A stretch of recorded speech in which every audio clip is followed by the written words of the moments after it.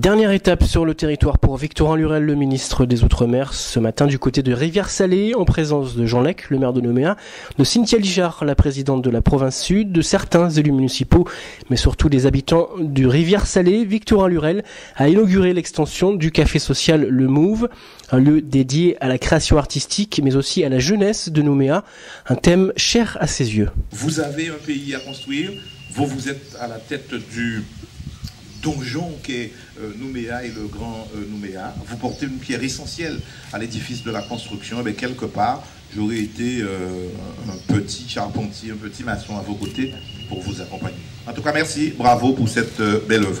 Merci beaucoup. Le ministre en a profité pour visiter les lieux en présence de la presse et des responsables associatifs. Il a même été disponible pour les jeunes du quartier. Un concert a même été organisé pour l'occasion. Bref, une tournée bien remplie pour le ministre des Outre-mer qui sera resté 4 jours sur le territoire en sillonnant toutes les provinces et en rencontrant les principaux acteurs de la société calédonienne. Ce qui est important, c'est aussi cette jeunesse qui réussit. C'est important de la mettre en avant. Mais la jeunesse, c'est l'avenir d'un pays. Il n'y a pas d'avenir sans jeunesse. Il n'y a de richesse que d'hommes. C'est Jean Baudin, c'est un vieil écrivain du XVIIe siècle. Mais certains ont ajouté, il n'y a de richesse que d'hommes formés. Et formés, c'est pas forcément l'expertise technique, c'est aussi la culture, c'est son âme, c'est son génie, c'est ce qui fait que vous êtes vous-même.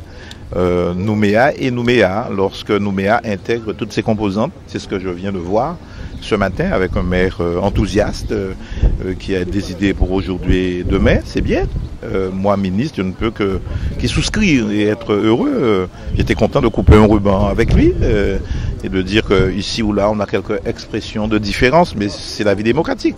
C'est normal, je ne crois pas qu'ici, il y ait exclusion. Au contraire, ce que j'ai vu, c'est une intégration. C'est une demande de faire ensemble, de faire peuple, de faire population, de faire sens. Et c'est très bien.